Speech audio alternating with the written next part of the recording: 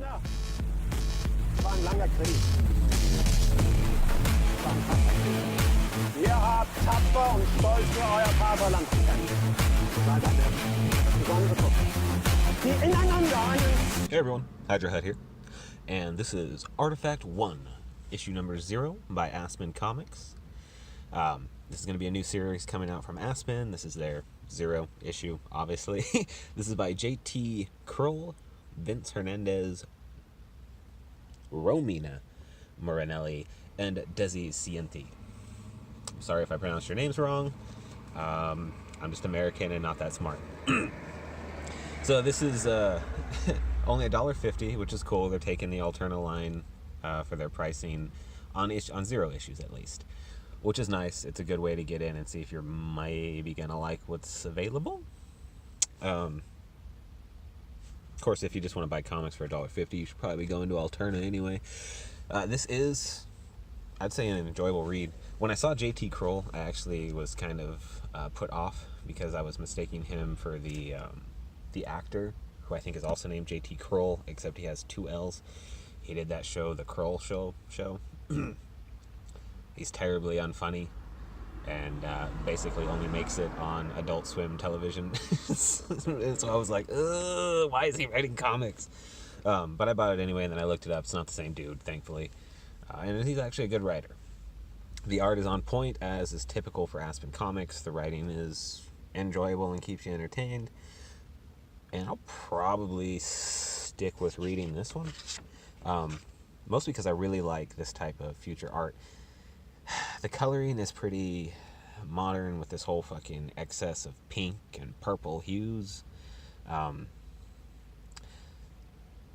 tone, too. There's a term for this type of color tones. And I don't know what it is. Because honestly, I'm not that well-educated when it comes to art. But this type of coloring, I'm sure it has some sort of... I don't know what that tone would be called, but it's very, very common right now, especially in sci-fi stuff that's done by women. This is probably the worst opening page I've ever seen. I mean, the outline and everything is kind of nice, but if you're trying to actually read it, it is very painful to your brain. So, like, you got the page right here, right? A seam breaks it up into 10 panels. It's actually 5 really long panels, but I was like trying to read it like this and then like this. Well, I was doing it like this. It was difficult, and then I finally realized, oh no, okay, it's which is stupid, I know, but it bugged the hell out of me.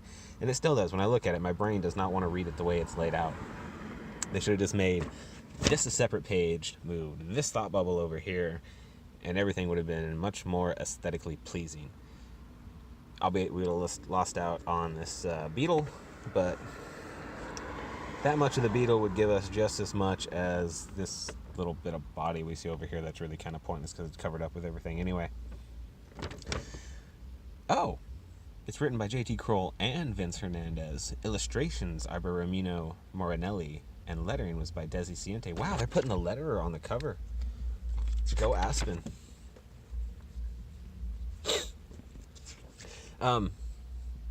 Really don't know exactly what's going on here. It only kind of alludes to what the actual plot of the story is going to be.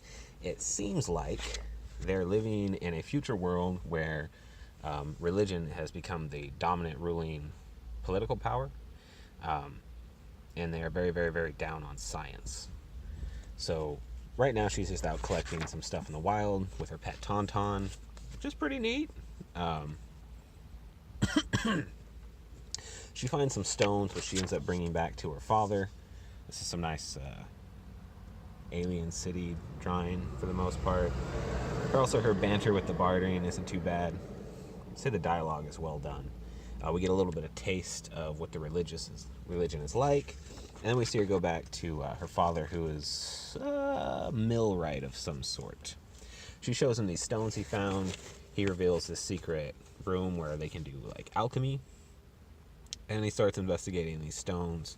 And then that's when we really start discovering what the political powers are like in this world. We jump over to somebody else who lives in a small shack on the river. He's working on some science.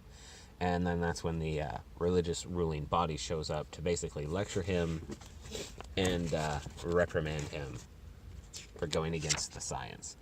It's a very, very short issue, which I think is why they justify the $1.50 price tag. And then you get a whole bunch of like ads and a Q&A section from the creators about this. I never read these Q&A sections. I legitimately don't care 90% of the time. Especially when I have no real kind of background information on the whole world. Maybe it's interesting, but I just always avoid these Q&As because I'm worried that I'm going to find out they're, well, like Jeff Lemire, douchebags. But yeah. I do recommend this though, especially for $1.50. It's good. Let you decide if you really want to keep reading it or not. I'm probably going to stick to it. Don't know if I pull it yet. I'll let my wife read it and see what she thinks. But I would say that is all I really got for you on this. Check out Aspen's calendar, though. Some booty. So you remember when the Big Two used to do their summer swimsuit specials and their calendars and all that, but then they stopped because of politics? Well, Aspen still does it. Udon Entertainment still does it. And Xenoscope still does it. I think Dynamite might as well, but Dynamite is... they're not particularly in my good graces. But yeah, check out these guys' website. Send a little support their way to keep them doing what they're doing. Alright guys, thanks for watching.